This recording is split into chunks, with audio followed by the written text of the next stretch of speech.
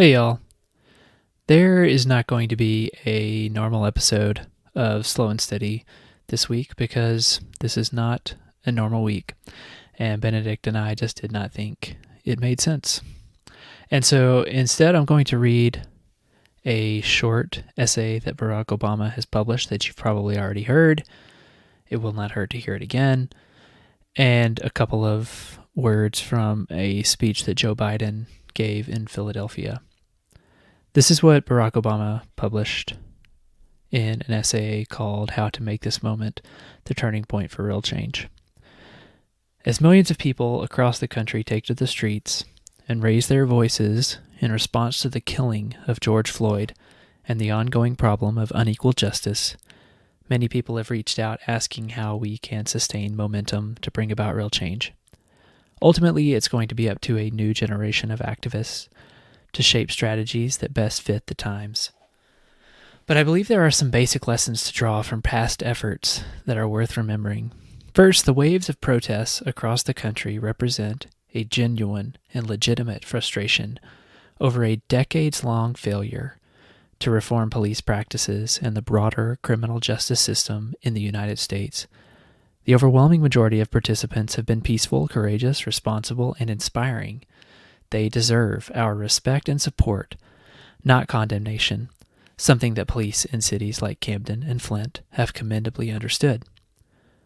On the other hand, the small minority of folks who've resorted to violence in various forms, whether out of genuine anger or mere opportunism, are putting innocent people at risk, compounding the destruction of neighborhoods that are often already short on services and investment and detracting from the larger cause.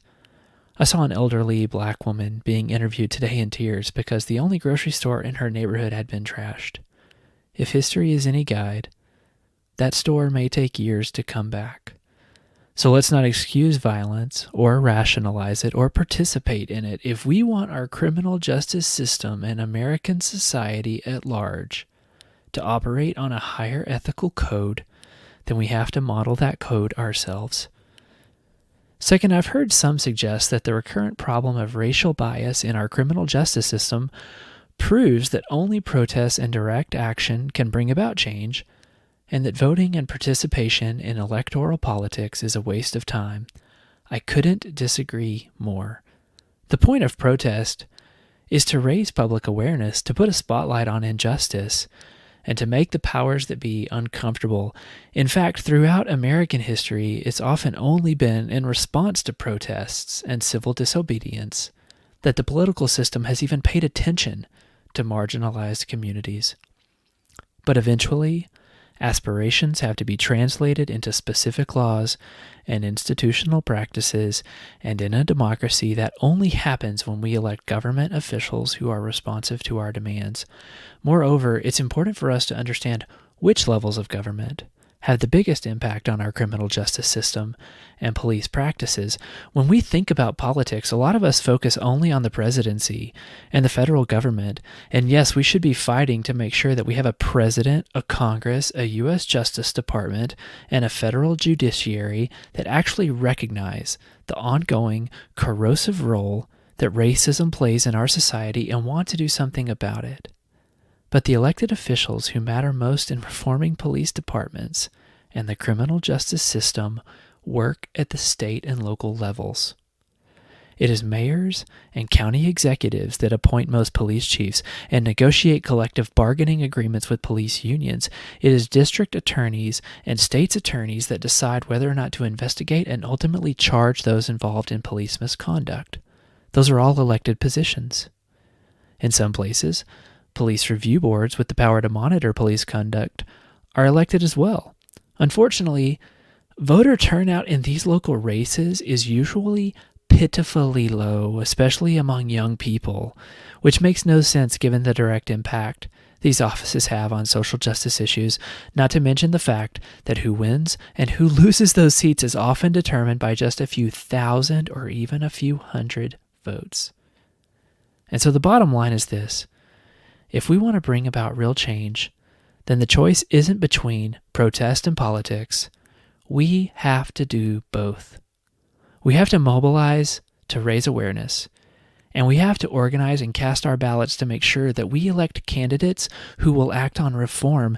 And finally, the more specific we can make demands for criminal justice and police reform, the harder it will be for elected officials to just offer lip service to the cause and then fall back into business as usual once protests have gone away. The content of that reform agenda will be different for various communities. A big city may need one set of reforms, a rural community may need another. Some agencies will require wholesale rehabilitation and others should make minor improvements. Every law enforcement agency should have clear policies, including an independent body that conducts investigations of alleged misconduct.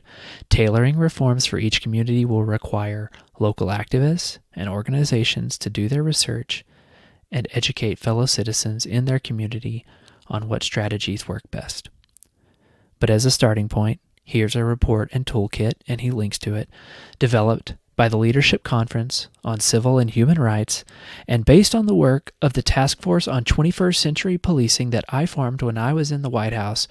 And if you're interested in taking concrete action, we've also created a dedicated site at the Obama Foundation to aggregate and direct you to useful resources and organizations who've been fighting the good fight at the local and national levels for years, and you can easily find that at obama.org.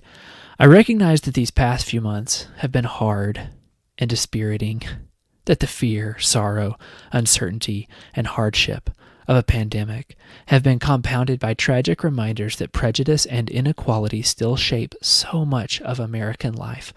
But watching the heightened activism of young people in recent weeks, of every race and every station, makes me hopeful. If, going forward, we can channel our justifiable anger into peaceful, sustained, and effective action, then this moment can be a real turning point in our nation's long journey to live up to our highest ideals. Let's get to work. And that's the end of the essay. I feel like it is this perfect example of what President Obama did best, continues to do well, for speaking directly to an American audience here, but which is to give an accurate assessment of the challenge of the situation, but to point us in a direction of unity and hope that this sucks. This is bullshit. But we can do better. We have done better. There are people working on this to make it better. And I found that to be an encouraging thing to read in these really terrible times. Joe Biden also gave a speech in Philadelphia, and again, I recognize that so many of you all are international listeners, and that both President Obama and Joe Biden are speaking directly to an American audience in both of these, in Obama's essay and in these words from Biden that I'm about to read. I think though that we can recognize racism is not just an American problem, and I will leave it at that. I think to say that, you know, in whatever way you're able to map these words to an American audience where we are in the midst of this struggle and this problem, that it is not unique to us. It is playing out here in this way at this time, but it is something that I think we all have a responsibility to face. So Biden gave this speech, and I recommend you look it up. Joe Biden Philadelphia speech on protests for George Floyd. You'll be able to find it. It's 20-something-ish minutes. I will be voting for him without question. But I would suspect that if you are in America and didn't plan on voting for him, and if you are not going to be voting at all in this election in the U.S., regardless, I think that his assessment and his message in this speech are light years ahead of anything that is coming out of the White House and President Trump's mouth at this moment. So here's just a short thing that Joe Biden says that I think is important for us to hear.